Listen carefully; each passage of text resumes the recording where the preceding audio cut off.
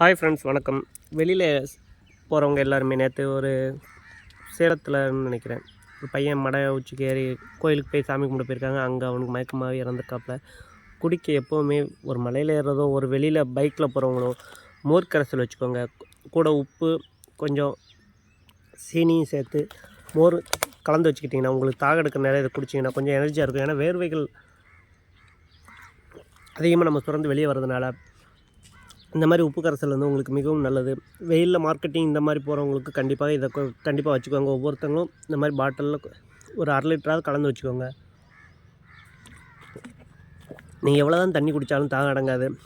வேறு இடங்களில் ஜூஸ்கள் வாங்கி குடிக்கிறத விட நம்ம இந்த மாதிரி நம்ம வீட்டில் தயாரித்து கொண்டு போனோம்னா நமக்கு உடம்புக்கு ஹெல்த்தானது. வீட்டில் கொஞ்சம் நைட்டில் ஒரு 1/2 லிட்டர் பாலில் ஒரு 1/4 லிட்டரை எடுத்து நீங்கள் உர ஊற்றி வச்சிங்கன்னா போதும். இது உங்களுக்கு ஹெல்த்தியான ஒரு இதாக இருக்கும். டாக்டர்களோட இதே உண்டு.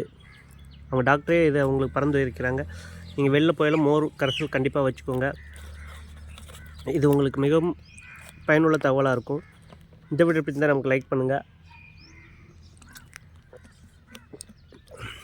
ஏன்னா மனிதனுக்கு முக்கியமானது தண்ணி. ஆனால் இப்போ அடிக்கிற வெயிலுக்கு பார்த்திங்கன்னா 108 டிகிரி ஈரோட்டெலாம் தாண்டி அடித்து போயிட்டுருக்கு. நம்ம திருநெல்வேலியில் கேட்க வேண்டாம். எந்த அளவுக்கு மழை பெஞ்சதோ அந்தளவுக்கு வெயில்களும் தாக்கங்கள் அதிகமாக இருக்குது. அதனால் எல்லாருமே மோர் கரைசல் கண்டிப்பாக வச்சுக்கோங்க. 1 லிட்டர் தண்ணி பாட்டிலும் கையில் எப்பவுமே வச்சுக்கோங்க. இந்த வீடியோ பிடிச்சா லைக் பண்ணுங்கள், ஷேர் பண்ணுங்கள், மற்றவங்க கமெண்ட் பண்ணுங்கள். தேங்க்யூ.